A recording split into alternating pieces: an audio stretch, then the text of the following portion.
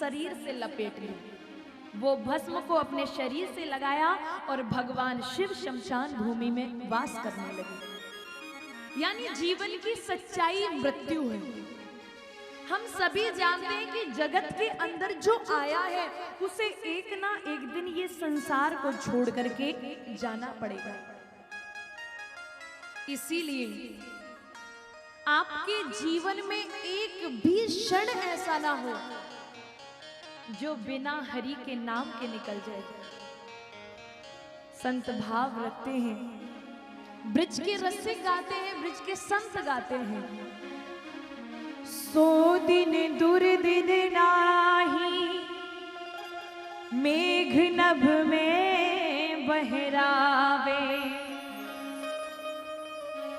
अदिन इंद्र उपल बरसा कर जगत गिरावे।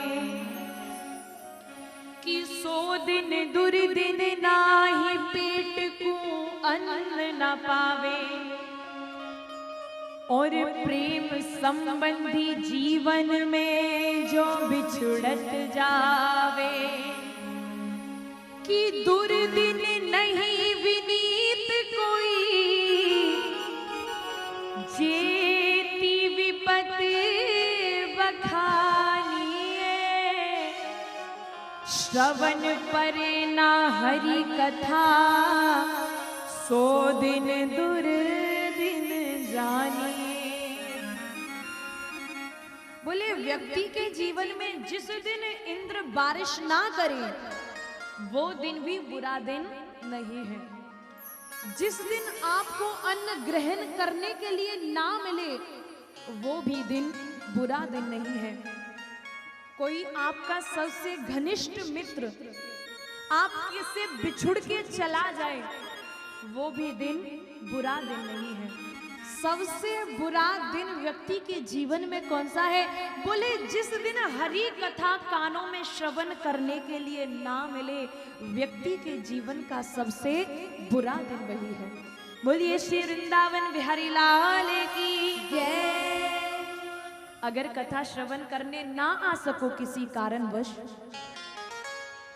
अगर कथा में ना आ पाए तो आप अपने घर में ही भागवत जी को विराजमान कर लीजिए और नित्य प्रतिदिन भागवत जी का पाठ करिए। श्री वेद व्यास जी ने 17 पुराणों की रचना की, यानी श्रीमद् भागवत महापुराण की रचना करने से पहले 17 पुराण रचे। और बताया गया है कि 17 पुराणों को एक एक बार सुन लो। 17 पुराणों का पाठ करने का फल है श्रीमद् भागवत महापुराण सुनना। और श्रीमद् भागवत महापुराण जिसने सुन लिया तो शास्त्रों में लिखा गया है, श्रीमद् भागवत महापुराण की कथा श्रवण कर लिया तो मानो जीवन में बिहारी जी का दर्शन अवश्य ही होगा। श्री ठाकुर जी की झलक को हृदय में प्रागट्य करने वाला श्रीमद् भागवत महापुराण ग्रंथ। कहते हैं कि वृंदावन के अंदर एक संत विराजमान रहते थे। वृंदावन के संत और बड़े ही विलक्षण संत थे। ध्यान से श्रवण करें। ऐसे संत जो कभी किसी विद्यालय में नहीं गए, कहीं कभी भी पढ़ने के लिए नहीं गए। भागवत जी में इतनी श्रद्धा थी कि नित्य प्रतिदिन भागवत जी का पूजन करते थे। तो किसी महापुरुष ने आकर के पूछा, बोले बाबा आप नित्य प्रतिदिन भागवत जी का पूजन करते हो, बल्कि आपको तो एक श्लोक तक पढ़ना नहीं आता। तो संत कितना सुंदर उत्तर देते हैं। बोले भैया कोई बात नहीं, मुझे श्लोक पढ़ना नहीं आता और मुझे कोई चिंता भी नहीं है कि मुझे श्लोक पढ़ना आए या ना आए, क्योंकि मुझे श्लोक की चिंता नहीं है, मुझे उस श्लोक की चिंता है। इस लोक की चिंता करनी है तो तुम करो, क्योंकि मैं तो उस लोक की चिंता कर रहा हूं। कहने का तात्पर्य कि इस लोक की चिंता मत करो। अगर सोचना है, विचार करना है, जीवन में चिंता ही करनी है, तो जब इस धराधाम को छोड़ करके जाओगे तो आगे बहुत सारे प्रश्न होने वाले हैं। ब्रज का एक भाव है, ब्रज के संत गाते हैं कि जिस दिन आपको ये संसार छोड़ करके जाना पड़ेगा, व्यक्ति को जीवन यापन करने के लिए हर चीज आवश्यक है।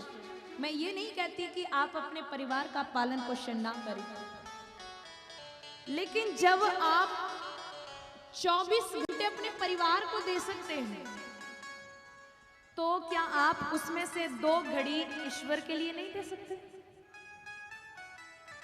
जिसने हमें इतनी बड़ी काया निर्माण करके दी, उस प्रभु के लिए हमारे पास 2 मिनट नहीं है। ब्रज के संतों ने गाया है कि सज धज कर जिस दिन मौत की शहजादी आएगी, शहजादी आएगी, ना सोना काम आएगा, ना चांदी आएगी, ना सोना काम आएगा, ना चांदी आएगी। क्या कोई साथ लेके गया? बोलिए, लेके गया? लेके गया? कोई साथ नहीं लेके गया। अगर आप ये भाव रखते हैं तो भाव के साथ गाइएगा। सज धज कर जिस दिन मौत की शहजादी आएगी, शहजादी आएगी, ना सोना काम आएगा, ना चांदी आएगी, ना सोना काम आएगा, ना चांदी आएगी। सज धज कर जिस दिन मौत की शहजादी आएगी, शहजादी आएगी, ना सोना काम आएगा, ना चांदी आएगी, ना सोना काम आएगा, ना चांदी आएगी। भाव के साथ आइए।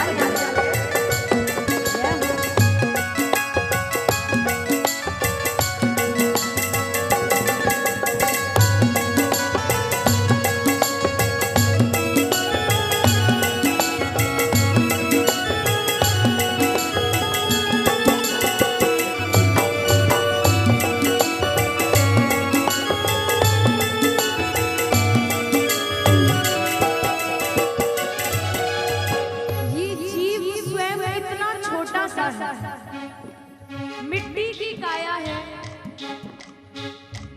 इस तन को इतना सजाता है, संवारता है। क्या कभी मन को संवारने की कोशिश की?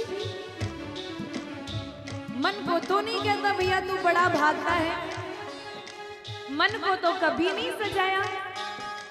छोटा सा तू कितने बड़े अरमान है तेरे, छोटा सा तू इतने बड़े अरमान है तेरे, छोटा सा तू कितने बड़े अरमान है तेरे, छोटा सा तू इतने बड़े अरमान है तेरे। मिट्टी का तू सोने के सब सामान है तेरे, मिट्टी का तू सोने के सब सामान है तेरे। और जब मिट्टी की ये काया है, मिट्टी की काया मिट्टी में, मिट्टी की काया मिट्टी में एक दिन मिल जाएगी, एक दिन मिल जाएगी। ना सोना काम आएगा, ना चांदी आएगी, ना सोना काम आएगा, ना चांदी आएगी।